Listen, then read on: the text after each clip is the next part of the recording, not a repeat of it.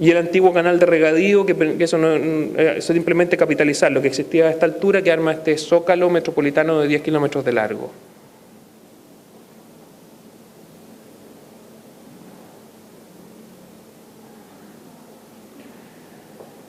En el ámbito de la vivienda, que es donde partió el proyecto elemental, si yo tuviera que sintetizar cuáles son los dos puntos que nosotros tratamos de llevar adelante por medio de un proyecto de vivienda, diría lo siguiente. Si una familia tiene dinero, se compra en el mundo una casa entre los 80 y los 100 metros cuadrados. Eso es válido en Latinoamérica. En Londres el estándar de clase media está en torno a los 80 o 100 metros cuadrados. Por lo tanto, si hay dinero, la vivienda no es un problema. Cada persona verá cómo se las arregla por vía de ahorros, créditos, hipotecas, y resuelve esa familia por su propia cuenta el problema. Pero ¿qué pasa si no hay dinero? ¿Qué pasa cuando en nuestras sociedades son porcentajes significativos? En Chile, 60% de la vivienda que se construye tiene algún tipo de subsidio. Por lo tanto, son familias que no pueden por cuenta propia acceder a esa solución de vivienda que necesitan.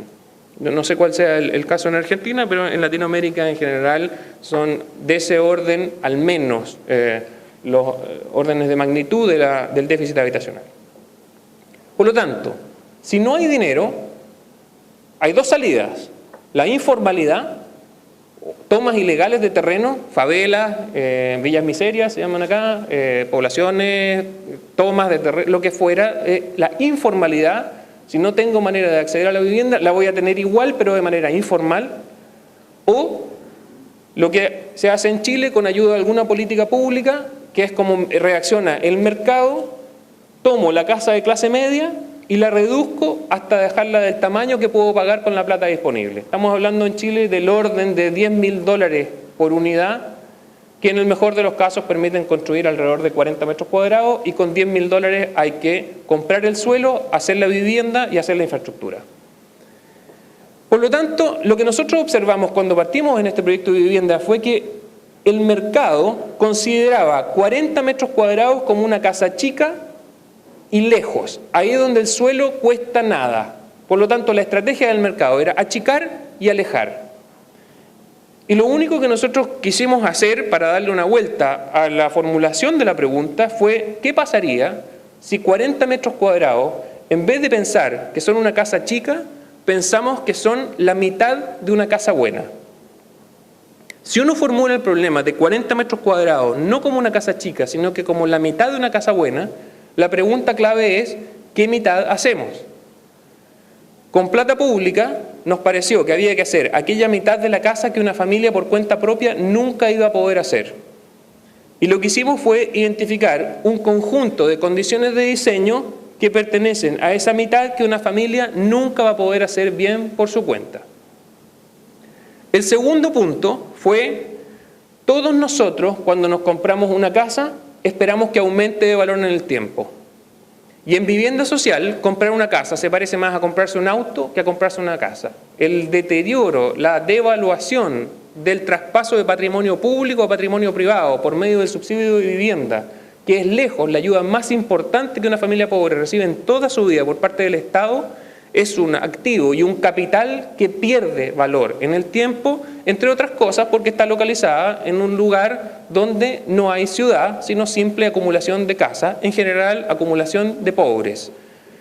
Si nosotros pudiéramos identificar las condiciones de diseño que permiten que la vivienda se comporte como una inversión y no como un gasto, estaríamos haciendo no solo un uso suficiente de los recursos públicos, sino que permitiendo que una familia tenga en su vivienda un capital que le permita usarla como una herramienta para abandonar su situación de pobreza y hacerla correr la vida paralela. Hernando de Soto lo describe en su libro El misterio del capital, que un activo tenga una vida paralela como capital. Y la vivienda, por definición, debiera ser este activo que aumenta de valor en el tiempo. Identificamos, por lo tanto, un conjunto de condiciones de diseño que permite esperar que esa vivienda sea efectivamente una inversión y no un gasto social. Estos son los únicos dos puntos que a nosotros nos interesaba tratar de implementar por medio de los proyectos de vivienda. La mitad de una casa buena en vez de una casa chica con la capacidad de aumentar de valor en el tiempo tal que sea una inversión y no un gasto social. Para trabajar y probar este punto, nos pareció que, primero, no había que hacer un seminario, una publicación, un congreso, nada de lo que normalmente hacemos los arquitectos, sino que había que construir un conjunto de viviendas siguiendo todas las leyes que el mercado normalmente sigue.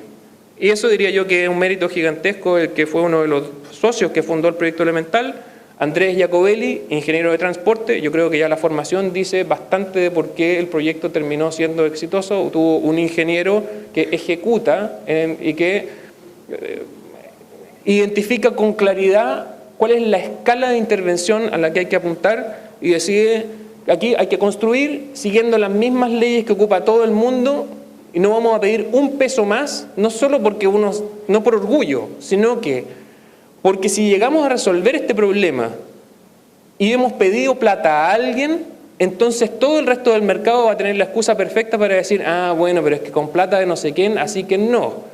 Si nosotros resolvíamos el problema con las mismas reglas del juego que trabajaba el resto, ya no quedan excusas para que el resto se mueva en la misma dirección. Y eso era muy relevante. Y esas reglas del juego, cuando partimos trabajando, eran estas.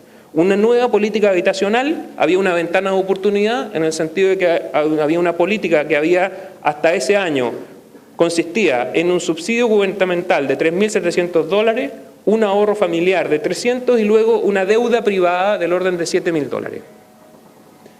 Esto cambió el año 2001, el subsidio se fue al doble, aumentó a $7.200, se mantuvo el ahorro familiar y no hubo deuda. Se suprimió la deuda de las familias por dos razones. Porque las familias no estaban pagando esa deuda, era tan malo lo que recibían que dejaban de pagar esa deuda hipotecaria y eso no era sostenible para la política pública. Y por otro lado, no estaba focalizando en los más pobres. Porque los más pobres no es que no tengan ingreso, sino que no tienen ingresos regulares. Por lo tanto, no son bancarizables. La noción del mes, pago mensual, para un pobre no tiene sentido. La plata no llega con esa estructura. Por lo tanto, esta deuda hipotecaria, al no ser bancarizable, no focalizaba efectivamente en los más pobres. Entonces, para sincerar el subsidio invisible, pero al mismo tiempo focalizar mejor, se elimina la deuda. Si bien el subsidio es mayor, el dinero total con el que se cuenta bajó de $10.000 a $7.500, con los cuales había que comprar suelo, hacer infraestructura y hacer la vivienda. Esa es la regla del juego con la que aceptamos jugar.